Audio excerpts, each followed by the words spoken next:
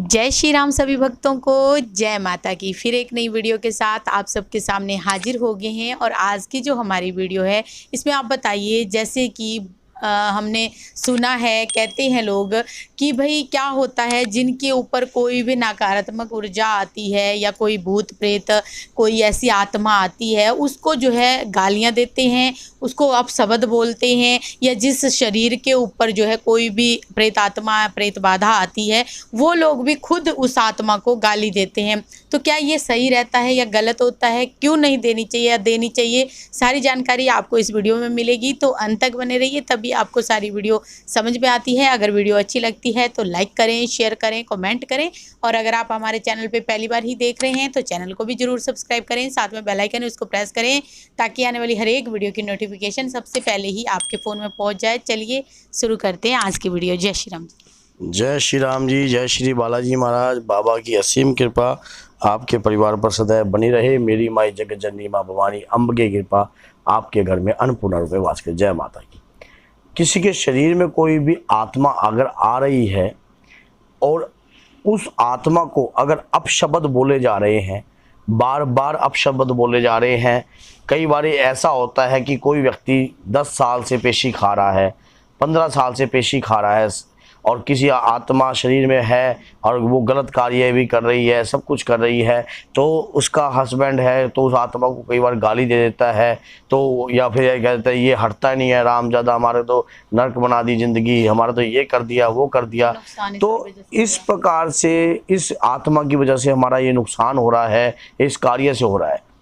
सबसे पहली बात तो ये बात तो उचित नहीं है। वैसे किसी के साथ ऐसा हो रहा था तो उन्होंने विशेष तौर पर ये वीडियो मांगी है। क्या ये सही है? आप कहते हो कि आत्मा परमात्मा का स्वरूप है, तो गुरुजी क्या आप ये बात बताइए, किसी आत्मा को गाली देने का अधिकार एक आम व्यक्ति को होता है? या किसी के शरीर पर अगर कोई दैविक शक्ति भी आ रही है और वो भी अगर उसको अभद्र गालियाँ के साथ पुकार रहा है, तक ये अधिकार उनको भी प्राप्त हो गया है? तो मैं सारी बातों को आपको मैं ये बताऊँगा कि देखिए, आत्मा परमात्मा का स्वरूप है। चाहे उसमें मैली आत्मा हो, चाहे अच्छी आत्मा हो, चाहे बुरी आत्मा हो, चाहे अघोर पंथ हो, चाहे कोई भी पंथ हो। सबसे पहली बात ये होती है कि स्वयं शंकर भगवान जो है वो ही शव है, एक ही अधूरे, मान लो आदि शक्ति के बगैर अधूरे हैं। दोनों के मिलने से ही संसार का लालन पालन होता है, संसार का सही तरीके से निवारण होता है। इसी प्रकार से भूतनाथ भी उन्हें ही कहा गया है, आदि शक्ति माँ भवानी अम्ब के, जिनसे माँ कालका के रूप में दुष्टों का नाश किया। इसी प्रकार से शंकर भगवान के अनेकों रूप हैं, जैसे कि हनुमान जी महाराज शंकर भगवान के 11वें रूप से रुद्र अवतार है, श्री भैरव बाबा, समझ गए, तो काल भैरव। तो ये जो क्या है, अब शरीर पर किसी आत्मा को हम निंदा वक्त शब्द बोलें, ये सही नहीं होगा। क्यों? अगर किसी व्यक्ति के अंदर, आप इसकी गहराईता में जाना, गहराई के अंदर जाना, अगर किसी व्यक्ति के अंदर कोई आत्मा प्रवेश कर रही है तो वो उसके कर्मों के अनुसार है। पिछले जन्मों के जो कर्म हैं, कर्म प्रधान रूप के होते हैं और वही कर्म आगे आते हैं। उसके लिए आप उस आत्मा के साथ, मान लो आपका नुकसान हो रहा है, कोई नुकसान अगर हो रहा है, आप कहते हो इसकी वजह से हुआ है, इसकी वजह से हुआ है, ये हमारे घर का नुकसान कर रहा है, हमारे घर का ये कर रहा है, आप समझिए वो आपका नुकसान किस प्रकार से कर सकता है। किसी ने भेजा हुआ है, वो खुद एक विवश है, उसका खुद के ऊपर अगर कंट्रोल होता, अगर उसे स्मृति होती कि मैं परम पिता परमात्मा की संतान हूं और इस घर का नुकसान कर रहा हूं, तो इससे मैं स्वयं प्रेत योनि में ध्वस्त होता जा रहा हूं, तो वो आपके घर का नुकसान क्यों करता? अब आप उसके और भी उसको निंदावक्ष कह रहे हो। अगर सोचिए, गाली अगर आपको प्राप्त होती है, कोई भी व्यक्ति अगर आपको गाली देता है, तो आप कितनी सहन कर सकते हो? नहीं कर सहन कर सकते।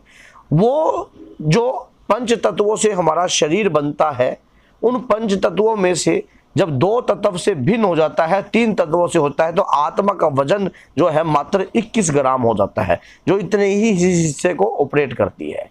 अब शरीर के ऊपर पूर्ण रूप का प्रकोप बना कर रखती है। अब उस शरीर को, वो शरीर आदि हो गया है पेशी खाने का, शरीर के ऊपर असर आने का। उस शरीर का, अब वो शरीर क्या करता है, अब उसको पता ही नहीं लगता, जहां भी भजन चलते हैं या कोई भी कार्यवाही होती है तो वो खुलकर आ जाता है और शरीर पे असर आने लग जाता है। अब वो जो चीज है, आप उसका नुकसान करने की बात करें, अब वो खुद विवश है, क्योंकि उसके पास दो तत्व नहीं है, वो उन तत्वों से भिन्न है। वो जिस शरीर पर रहकर सदगति की आशा रखता है, अगर उसको सदमार्ग का रास्ता दिखा दिया जाए, हम उसे सदमार्ग का रास्ता ना दिखाकर उसे कड़ी से कड़ी सजा दिवाने की सोचते हैं कि इसे तो मारो, इसे तो उल्टा लटकवाओ, इसे तो फांसी दिवाओ, इसे तो ये करो, इसे तो गंदगी में डालो, ये गंदा संकट है, ये लुच्चा है, ये बेकार है। हमें किसी संकट को गाली देने का कोई अधिकार नहीं है, क्योंकि वो परमात्मा की शक्ति है और आपके कर्म का भागीदार है, आपके कर्म में उसके साथ संजोग है, तब जाकर वो आपके शरीर पर आ रहा है, तब जाकर आपके साथ शरीर के साथ उसका रिश्ता है। कई बार इस प्रकार की निंदा वक्त वाक्य बोलने से उस आत्मा, मान लो उसने जिद पकड़ ली, अच्छा मुझे गाली देता है, ठीक है अब और ले, अब मैं जाऊंगा ही नहीं। अगर उसको सदमार्ग रास्ता दिखाइए, सदमार्ग क्या है, सच्चाई क्या है, गीता का ज्ञान दीजिए, गीता का ज्ञान देकर उसको, लेकिन वो अभी नहीं समझेगा।